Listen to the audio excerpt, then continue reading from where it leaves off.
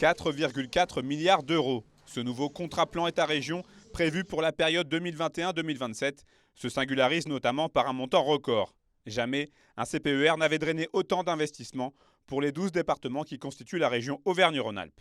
Fruit de 18 mois de concertation, ce contrat de plan présenté la semaine dernière s'articule autour de 3 grands piliers: aménager le territoire, soutenir l'activité économique et préparer l'avenir. Par rapport au précédent contrat de plan État-région, on est en augmentation de plus de 25%. Le précédent contrat de plan était à 3,5 milliards d'euros, celui-ci est à 4,4 milliards d'euros. C'est donc un record d'investissement pour préparer l'avenir de notre région. C'est tout à fait conforme à ce que vous savez est notre logique. Nous, on est une région où on veut peu de dépenses de fonctionnement administratif et on veut mettre le maximum d'argent sur les projets qui préparent l'avenir de notre territoire et de nos enfants. Ces 4,4 milliards d'euros seront donc financés à parts égales entre l'État et la région. Plus localement, nos 2 départements ne sont pas oubliés, avec respectivement plus de 257 millions d'euros pour la Haute-Savoie et plus de 157 millions d'euros pour la Savoie. Dans le détail, en Haute-Savoie, sans trop de surprises, les secteurs de l'éducation, du sport et de la montagne seront les plus dotés.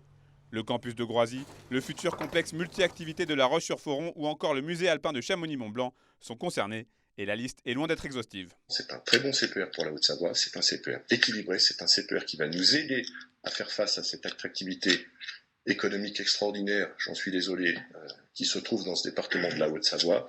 C'est un outil d'aménagement du territoire et c'est un CPER qui va servir les habitants d'aujourd'hui, mais qui surtout va nous aider à préparer l'avenir et qui est au service de notre jeunesse.